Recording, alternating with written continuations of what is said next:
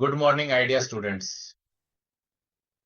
आज commerce commerce course पढ़ने की आवश्यकता क्या है, इससे हमें रोजगार के अवसर कैसे मिलते हैं।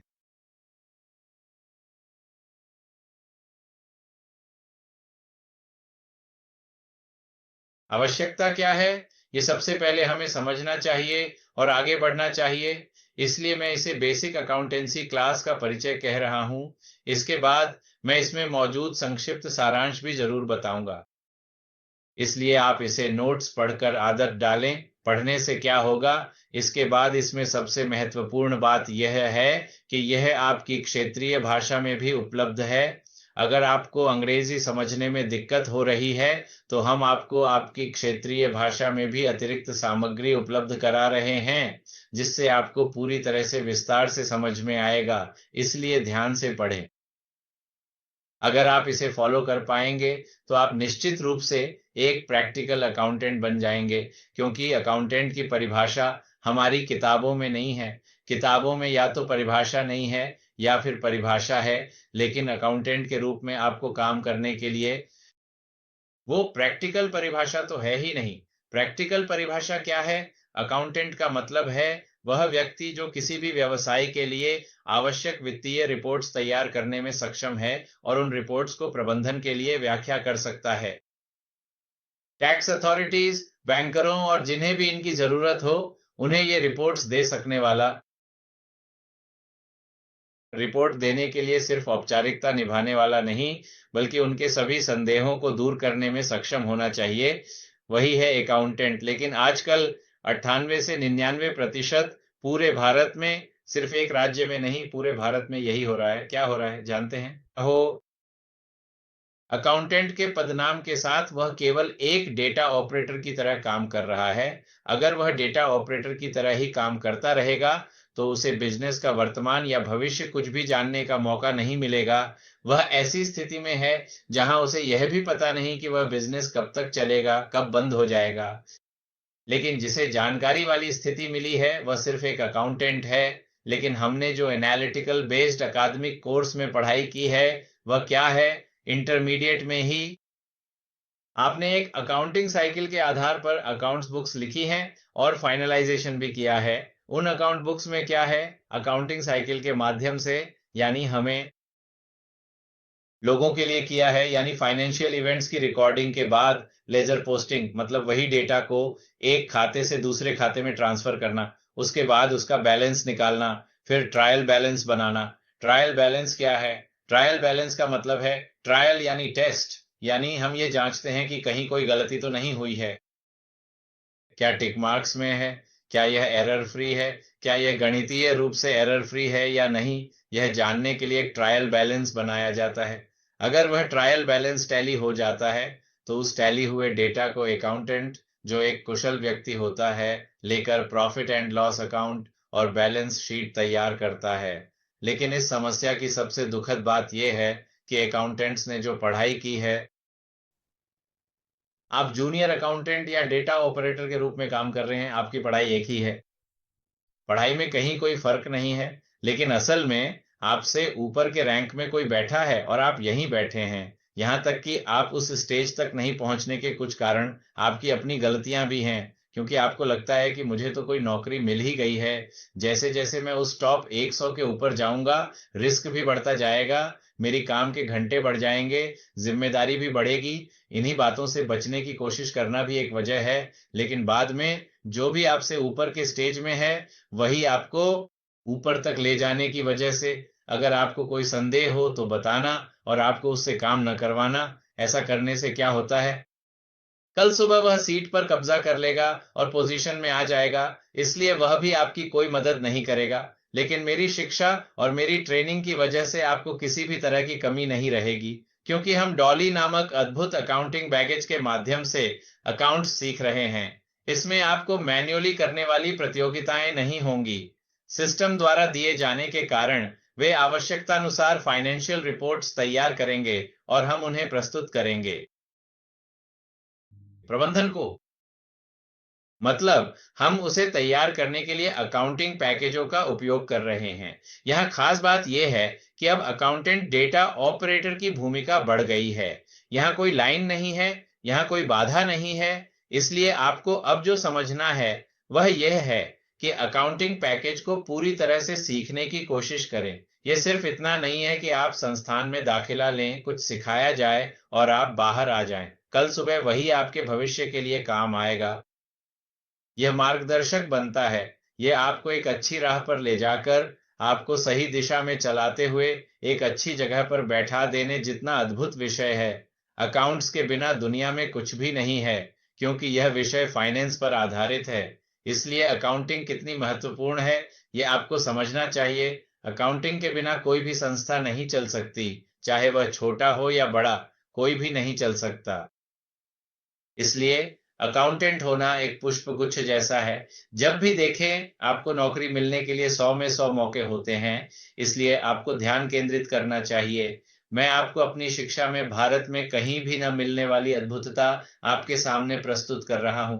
ऐसी अद्भुतता क्या है? इसमें लेजर का ग्रुपिंग होता है। ग्रुपिंग कब होती है? लेजर का मतलब क्या है? आपने आमतौर पर अकादमिक कोर्स में जो सीखा है वह क्या है? अकादमिक कोर्स में आपने personal account, real account, nominal account के बारे में पढ़ा है और उसके जरिए अकाउंटेंसी के गोल्डन रूल्स यानी डेबिट और क्रेडिट को कैसे इस्तेमाल करना है सीखा है और उसी के अनुसार एंट्रीज पास की हैं।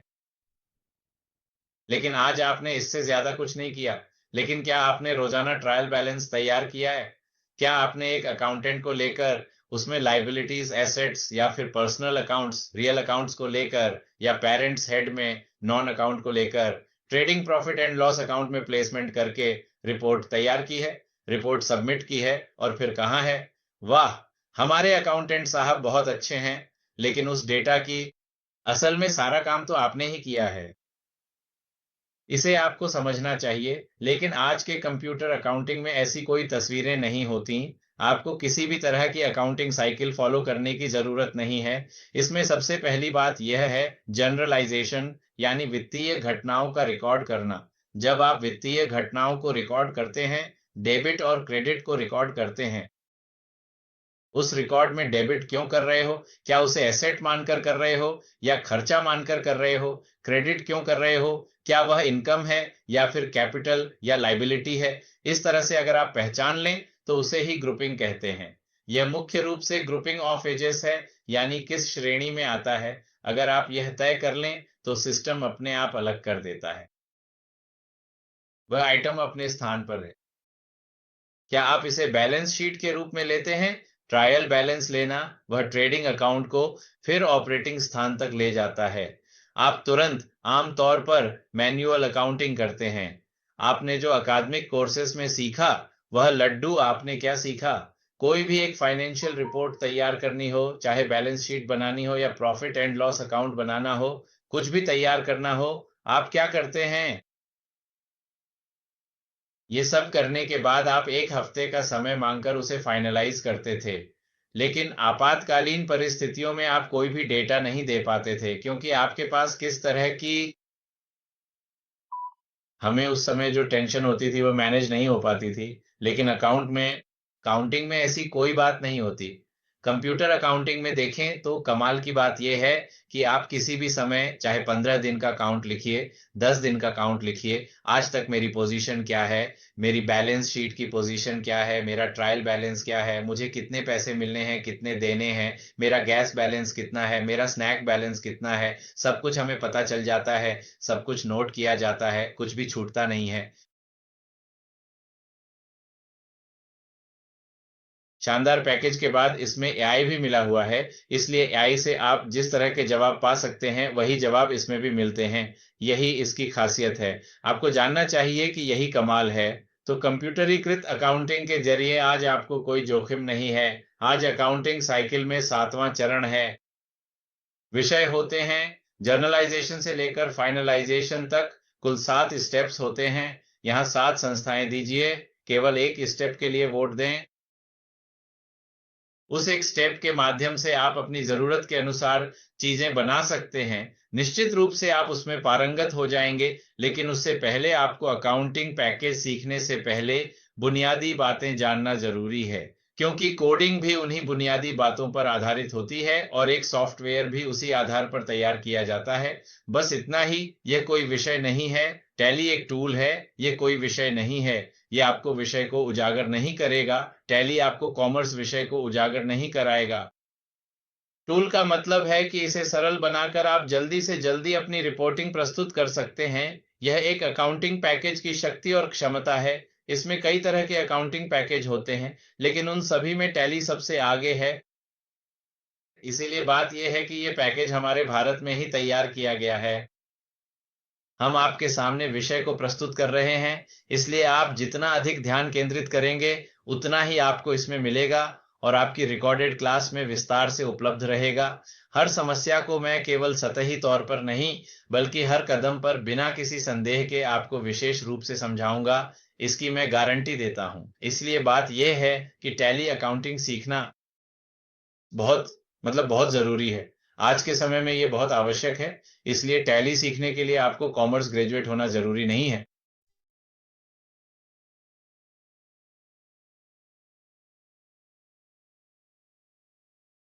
टैली एक फ्रेंडली यूजर सॉफ्टवेयर है। यह दुनिया का एक सिंपल पैकेज है, जिसे कोई भी आसानी से ऑपरेट कर सकता है। इसका रिजल्ट जब चाहें तब देख सकते हैं। चाहे मैनेजमेंट हो या अकाउंटेंट, दोनों ही इसका रिजल्ट जान सकते हैं। इसके बाद जितनी गहराई से देखना चाहें, उतनी गहराई से देख सकते हैं। यह आपको आपके रिपोर्ट्स का एक कंट्रोलिंग पॉइंट देता है। कभी भी अकाउंटिंग रिपोर्ट का सही परिभाषा क्या है? अकाउंटिंग रिपोर्ट, क्या ये सच है कि ये एक बिजनेसमैन के लिए एक सच्चा दोस्त है? ये एक गाइड की तरह काम करेगा एक बिजनेसमैन के लिए। यह समय समय पर आपके अंदर आने वाले सभी बदलावों को दिखाता है। इसलिए अकाउंटिंग पैकेज को एक दोस्त की तरह मानना चाहिए। आपको इसे एक दोस्त की तरह ट्रीट करना चाहिए। आपको इसे अपनाना चाहिए। इसमें मदद करें ये सब अकाउंटिंग पैकेज, ये आपके लिए एक सहायक है। तो बात यह है कि अगर आप सावधानी बरतें तो मेरी बताई गई ट्रेनिंग से आप चमत्कार कर सकते हैं। आप कहीं भी जा सकते हैं। ये सब बहुत आसान है, इसलिए अब मैं जो बताने जा रहा हूं वह ये है कि मैं अकाउंटिंग पैकेज को बहुत आसानी से समझाऊंगा और हर बिंदु को विस्तार से बताऊंगा। फिर भारत में किसने इसे छुआ? मैंने इसे छुआ, मैंने खुद किया है। ग्रुपिंग को अपडेट किया जा सकता है। ग्रुपिंग अपडेट का मतलब है कि यह किसको संबंधित है। यह लाइबिलिटीज, एसेट्स, एक्सपेंडिचर या इनकम से संबंधित है। फिर बात यह है कि डेबिट रेट में आज भी एक कंफ्यूजन है।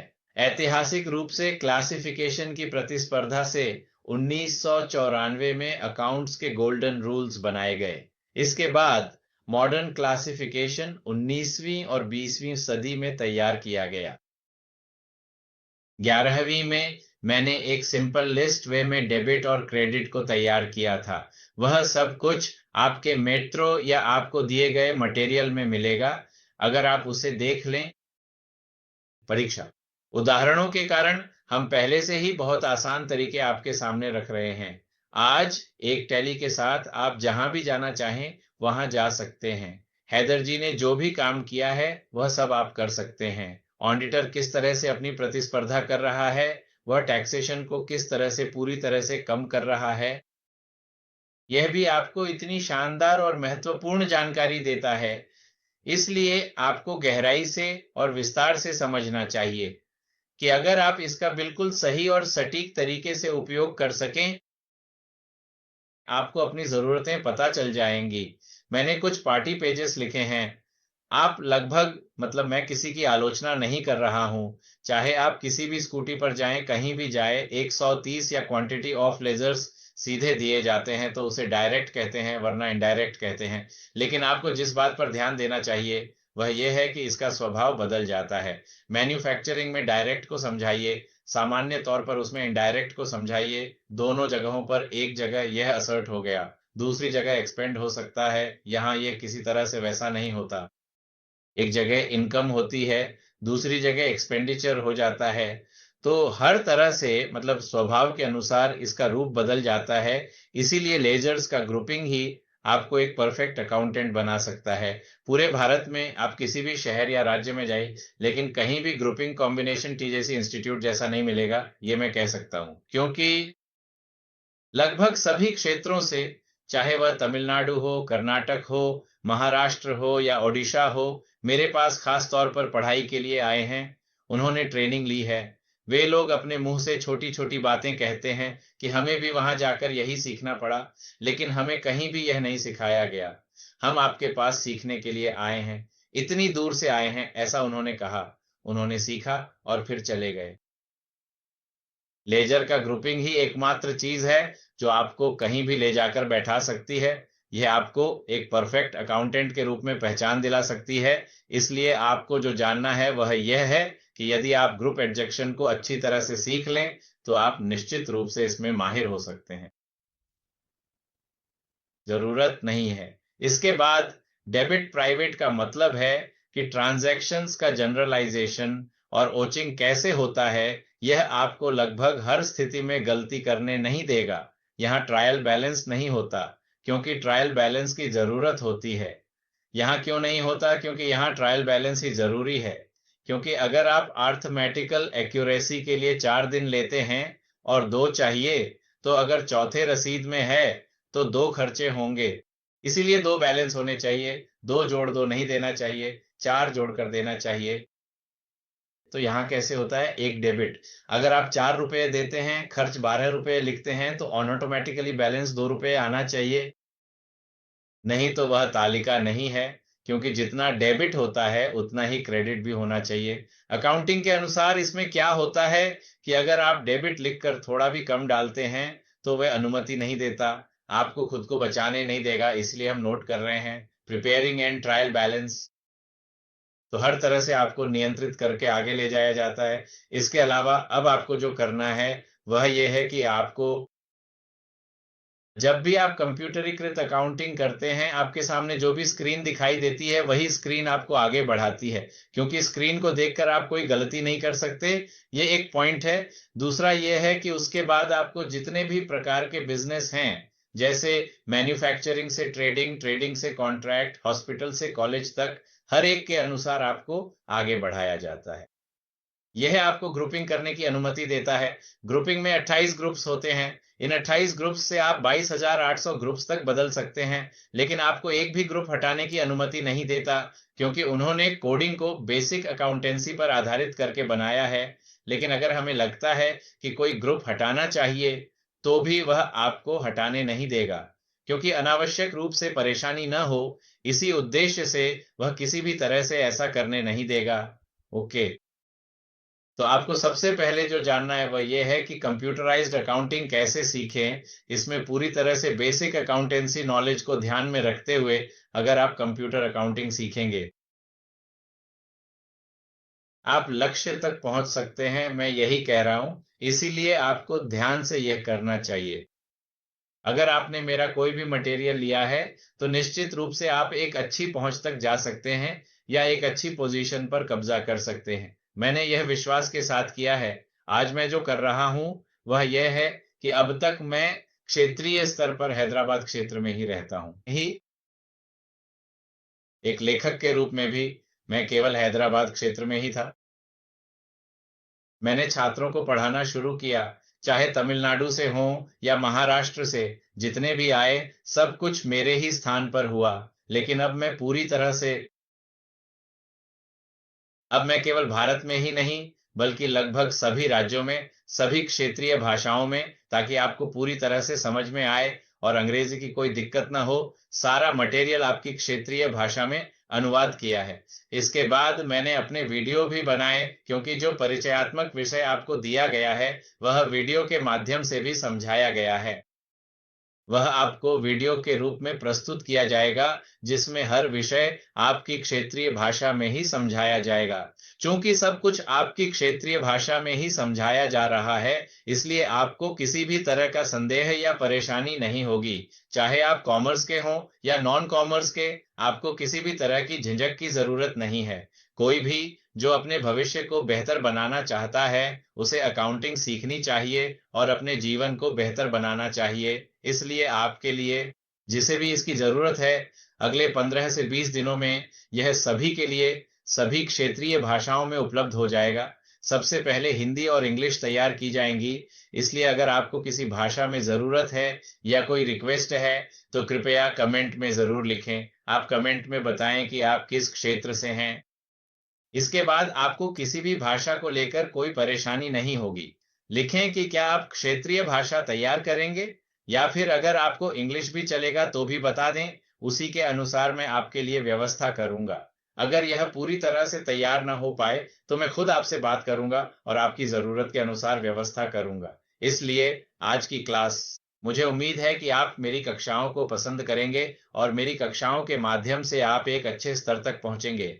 इसी आशा के साथ मैं इस क्लासरूम की शुरुआत के लिए आपको एक प्रारंभिक भाषण दे रहा हूं। बहुत बहुत धन्यवाद। आपका दिन शुभ हो।